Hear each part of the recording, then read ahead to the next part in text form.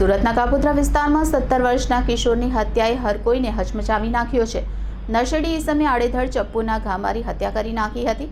આ હત્યામાં આરોપી સામે કડક કાર્યવાહી કરવા તેમજ જવાબદારો સામે પણ કાર્યવાહી કરવા આમ આદમી પાર્ટી દ્વારા માંગ સાથે પોલીસ કમિશનરને લેખિત રજૂઆત કરાઈ છે। ડોક્ટર બાબા સાહેબ આંબેડકરની 134મી જન્મજયંતિ દિવસે જ કાપોદ્રા વિસ્તારમાં બનેલી હત્યાની ઘટનાએ આખા શહેરમાં ચકચાર મચાવી દીધી છે। ત્યારે સવાલ એ થાય છે કે આખી ઘટના બનવા પાછળ જવાબદાર કોણ છે? દારૂના નશામાં ધૂત અસામાજિક તત્વો આવી ઘટનાને અંજામ આપે છે। એનો અર્થ એવો થયો કે સુરત શહેરના કયા વિસ્તારોમાં દારૂ નથી મળતો। દારૂની સાથે સાથે સુરત શહેરમાં ડ્રગ્સે પણ માજા મૂકી છે। ત્યારે સુરત આમ આદમી પાર્ટી દ્વારા આવી જઘન્ય ઘટનાઓ રોકવા માટે સ્પેશિયલ આયોજન કરવામાં આવે, એવું આયોજન કે જે જમીની સ્તર પર સાચા અર્થમાં લાગુ થાય। સુરત શહેરમાં દારૂ અને ડ્રગ્સના કારોબારને સંપૂર્ણ નષ્ટ કરવામાં આવે। આ ઘટનામાં જે આરોપી પકડાયો છે એના પર કાયદાકીય રાહે સખત પગલાં લેવામાં આવે। પરિવારના લોકોની માંગ છે કે હત્યારાને ફાંસીની સજા આપવામાં આવે, જે માટે કાયદાકીય રાહે સંપૂર્ણ કડકાઈ સાથે ક્યાંય પણ ઢીલ કે શેરશરમ રાખ્યા વગર કાયદાકીય કાર્યવાહી કરવામાં આવે। જ્યાં હત્યાની જઘન્ય ઘટના બની છે તે જ વિસ્તારમાં દારૂના અડ્ડાઓ ચાલે છે એવી માહિતી મળી છે। આ દારૂના અડ્ડાઓ કોની મહેરબાનીથી ચાલે છે અને આ સિવાય પણ કાપોદ્રા પોલીસ સ્ટેશન વિસ્તારમાં દારૂના અડ્ડાઓ ક્યાં ક્યાં ચાલે છે એની તપાસ કરવામાં આવે અને આની પાછળ જેમની મહેરબાની હોય એમના પર કડક કાર્યવાહી કરવામાં આવે એવી માંગ આમ આદમી પાર્ટી દ્વારા સુરત શહેર પોલીસ કમિશનરને લેખિત રજૂઆત કરી છે।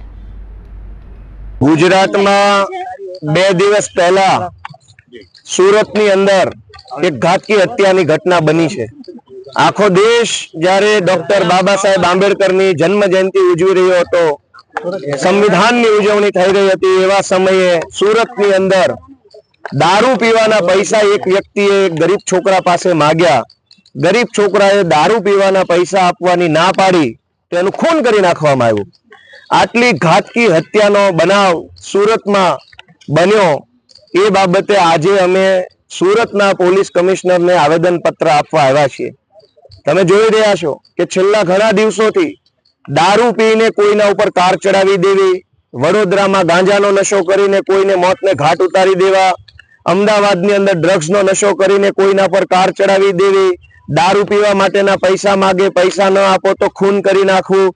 દારૂ અને ડ્રગ્સના કારણે ગુજરાતની અંદર ગુનાખોરી બેફામ હદે વધી છે અને જ્યારથી 8 પાસ ડફોળ ગૃહમંત્રી બન્યા છે ત્યારથી તો ગુજરાતમાં ગુંડાઓએ, તોડબાજોએ, લુખ્ખાઓએ, હરામખોરોએ માજા મૂકી છે કે મંત્રી જો 8 પાસ હોય તો ગુંડાઓ કાબુમાં શેના આવે। એક તરફ ફાંકા ફોજદારી થઈ રહી છે કે 100 કલાકમાં ગુંડાઓનું લિસ્ટ બનાવવું અને એક તરફ દારૂ પીવાના 20 રૂપિયા માગવા જેવી બાબતમાં ગુંડાઓ ખૂન કરી નાખે છે। ક્યાં ગયું 100 કલાકમાં બનાવેલું ગુંડાઓનું લિસ્ટ? ક્યાં ગયું એ લિસ્ટ? ક્યાં ગયા ગુંડા? કઈ જેલમાં પૂર્યા? આવી હિંમત કેમ થઈ ગઈ કોઈની કે ખૂન કરી નાખે? દોસ્તો, ગુજરાતમાં દારૂ અને ડ્રગ્સનું દૂષણ આ ભાજપના ગુંડાઓએ વધાર્યું છે। છાસવારે રોજ છાપું ખોલો, ડ્રગ્સના કારણે હત્યા, છાપું ખોલો, ડ્રગ્સના કારણે એક્સિડન્ટ, છાપું ખોલો, ડ્રગ્સના કારણે હત્યા, દારૂના કારણે હત્યા, છાપું ખોલો એટલે ડ્રગ્સ અને દારૂના સમાચારોથી ભરાયેલું છે। ગુજરાત આવું ન હતું। આ ગાંધી અને સરદારનું ગુજરાત છે। અહીંયા આવી ઘટના બનતી નહોતી। તમે જુઓ દોસ્તો કે છાસવારે ગેંગો નીકળી જાય છે, તલવારો લઈને રોડો પર ફરે છે, ગુંડાઓને કંઈ કહેવાતું નથી, પોલીસ FIR લખતી નથી। આજે દેવી પૂજક સમાજના એક ગરીબમાં ગરીબ સમાજ છે ગુજરાતનો દેવી પૂજક સમાજ, જે છોકરાનું ખૂન થયું છે એ 7 બહેનો ઉપર એક ભાઈ હતો, માત્ર એક ભાઈ અને 7 બહેનો, એના પરિવાર ઉપર શું વીતી હશે? નહીં જેવી દારૂ પીવા જેવી વાતમાં હત્યા કરી નાખી છે। આજે અમે સુરતના પોલીસ કમિશનરશ્રીને વિનંતી કરવા આવ્યા છીએ કે રોકી લો આ ડ્રગ્સના દૂષણને, દારૂના દૂષણને રોકી લો અને આ ગુજરાતને સુરક્ષા અપાવવાનું કામ કરો એવી વિનંતી કરવા માટે આજે અમે આવ્યા છીએ।